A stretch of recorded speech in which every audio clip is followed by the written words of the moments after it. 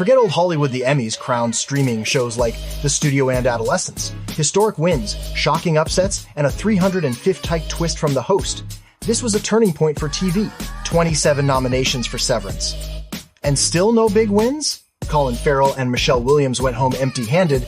The Emmys just flipped the script. Are we seeing the end of star power? Dive deeper with us on the Zebratruth podcast. Welcome back, everyone. Welcome to the Daily World Pod by Zebratruth. I'm your host, Thomas Smith, and today we're unpacking the major story that has shaken up the fans around the world. The 77th Emmy Awards celebrated a changing TV landscape. We're joined by our expert, Jane.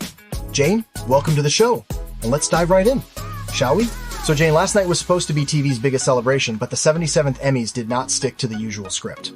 Did you feel like you were watching the same old glitzy award show, or did it feel like you'd stumbled into some alternate universe of television?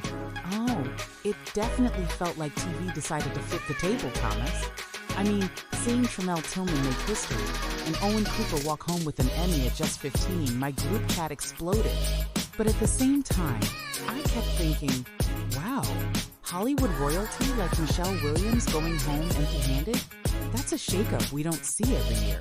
Totally. The word snub trended harder than some of the winners. I gotta say, Apple TV Plus and Netflix pretty much turned the ceremony into their own private after-party. Do you think this new wave streamers, fresh faces, less red carpet glitz really signals a permanent change? Or is TV just having a midlife crisis? It's a little existential, isn't it?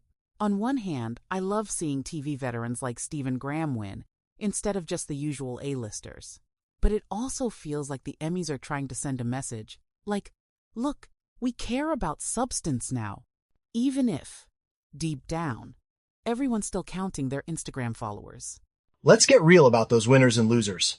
Severance landed a wild 27 nominations and somehow still missed out on major wins. Talk about mixed signals. Meanwhile, The Pit and Adolescence cleaned up.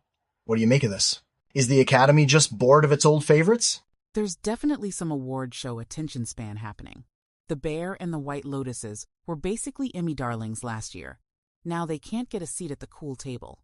But it does keep things unpredictable. Jeff Hiller snagging a win for Somebody Somewhere. You could almost hear the room gasp.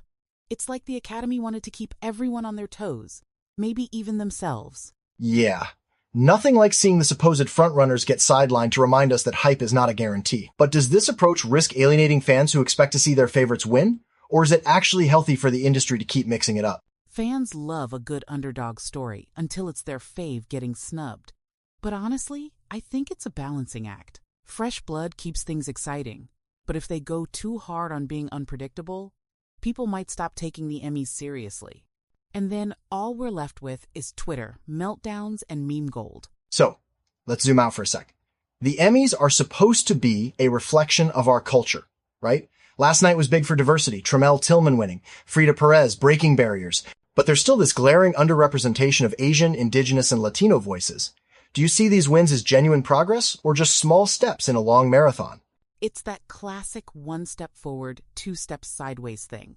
Tremel Tillman's win is a milestone, no question. But turn the camera around and you see a lot of communities still waiting for their moment. And the fact that the show stayed mostly apolitical, with only Hannah Einbinder daring to shake things up in her speech, made me wonder if the industry's afraid to get too real. That's a great point. It's almost as if the Emmys want to celebrate diversity, but without stirring the pot too much. And then Nate Bargatze's whole charity time limit shtick funny in theory. But maybe also a way to keep things safe and breezy? Yeah, that moment was peak let's raise money and avoid controversy.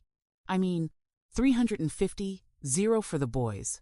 Girls' clubs is great, but it felt like a clever distraction from having real conversations. Sometimes award shows are like group projects.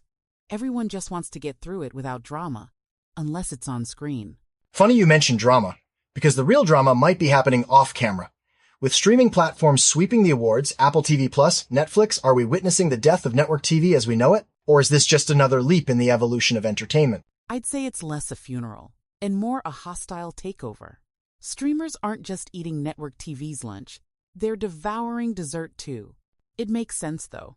Binge watching is basically a sport now, and these platforms have the freedom and cash to take more creative risks. But the flip side is, with so much power concentrated in a couple of big streaming giants, Do we start losing the weird, scrappy shows that only networks would take a chance on? Plus, there's the whole issue of who actually gets to be seen and heard. That's the trade-off. We get wild, genre-bending stuff like Severance, but there's a risk of smaller voices getting drowned out. Ideally, the industry finds space for both. Because who wants a TV landscape where everything either has to be a mega hit or gets canceled faster than my free trial? All right, Jane, before we wrap, if you had to sum up what last night's Emmys say about us, about our culture, our democracy, what would you say? Is this just about golden statues, or does it go deeper? I think the Emmys are like a giant group selfie of society, sometimes flattering, sometimes a little awkward. They reveal our appetite for change, our blind spots, and our longing for stories that reflect who we are and who we want to be. But, like all selfies, you have to wonder what's cropped out of the frame. Well said. I hope everyone listening starts questioning not just what wins, but what doesn't and why. If the Emmys can spark conversations about representation, media power, and the stories we lift up, maybe that's more valuable than any trophy. I'll leave everyone with this. What story would you want to see celebrated on stage next year, and who's still waiting in the wings to be heard? Here's to more drama, more dialogue, and never settling for the easy narrative. Okay. On that positive note, that's a wrap for today. Thanks to everyone for tuning in to the Daily World Pod by Zebratruth. If you learned something or got a little fired up, share the episode, subscribe, and stay tuned. We'll be back with more breaking news and sharp takes.